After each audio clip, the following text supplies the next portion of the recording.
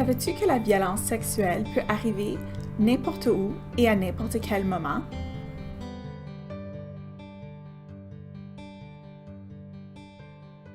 Maintenant que nous comprenons la définition de l'exploitation sexuelle et de la traite des personnes, il est important de comprendre les différentes façons d'y prévenir.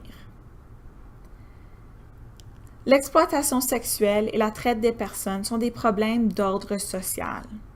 Il est dans l'intérêt de toute personne d'y mettre fin. Afin de prévenir à ces formes de violence, écoute bien les conseils suivants. Tels que mentionnés plus tôt, les technologies, Internet, les médias sociaux facilitent l'exploitation sexuelle et le recrutement des jeunes en vue de traite des personnes à des fins sexuelles. Il faut ainsi faire très attention dans tes communications en ligne. La Gendarmerie royale du Canada donne d'excellents conseils pour prévenir l'abus en ligne. Les voici. Ne donne pas trop de renseignements personnels. Limite-toi des renseignements vagues comme ton prénom ou ta province ou ton territoire lorsque tu crées un profil en ligne. Aussi, si tu songes rencontrer quelqu'un suite à une rencontre en ligne, obtiens la permission d'une personne, comme un parent ou un tuteur, et assurez-vous d'être accompagné pour cette rencontre. Rappelle-toi qu'une fois que tu publies de l'information en ligne, tu ne contrôles plus qui en a accès. Même si tu décides de supprimer l'information, quelqu'un peut avoir capté l'information et peut la distribuer à n'importe qui. Enfin, parle à quelqu'un, comme un parent ou un adulte, en qui tu as confiance. S'il y a quelqu'un qui te rend mal à l'aise, il faut en parler. Ta sécurité est importante et cet adulte pourrait te protéger contre de tels sentiments. Si tu crois déjà être victime en ligne, ne réponds pas aux communications si tu ne te sens pas à l'aise. Le fait de garder des courriels ou des messages peut être très important pour obtenir des éléments de preuve d'exploitation sexuelle. Cependant, vous n'êtes jamais forcé de répondre à des courriels ou des messages d'un agresseur.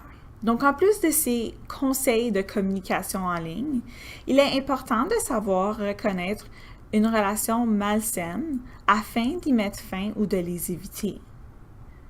Une relation malsaine peut mener à l'abus, voire même l'exploitation sexuelle. D'abord, identifions qu'est-ce qu'une relation saine.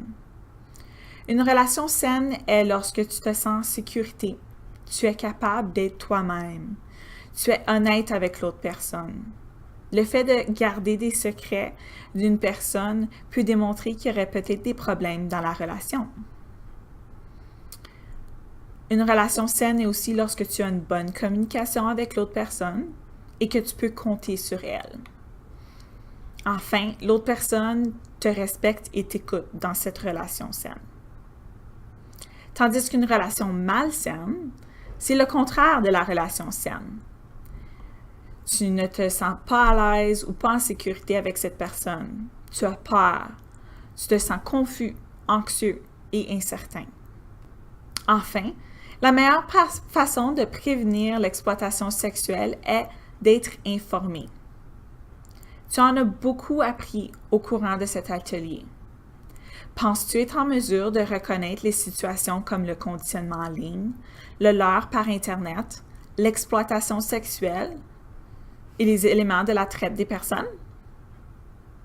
Il y a des outils et des ressources en ligne pour t'en dire plus longuement. N'hésite pas d'en lire davantage sur cyberaide.ca et jeunesseJécoute.ca.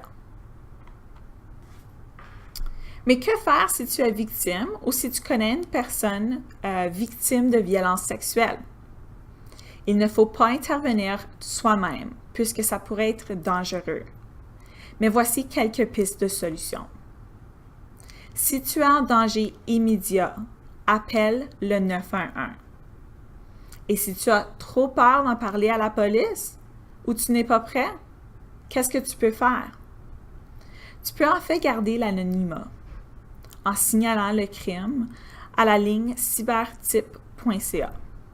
Tu peux aussi communiquer avec Échec au crime par téléphone ou même par texto. Les ressources seront présentes à la fin de cet atelier. Si tu as aussi besoin d'en parler, tu peux en parler à un adulte de confiance, à un travailleur social de la Société de l'aide à l'enfance de ta ville. Tu peux communiquer avec un intervenant de Jeunesse J'écoute par téléphone ou en ligne et communiquer avec la ligne d'aide de soutien provincial Femmes Aide. Enfin, pour les cas de traite des personnes, tu peux communiquer avec la ligne de soutien fédéral du réseau Chrysalis. Voici la liste de ressources utiles complète.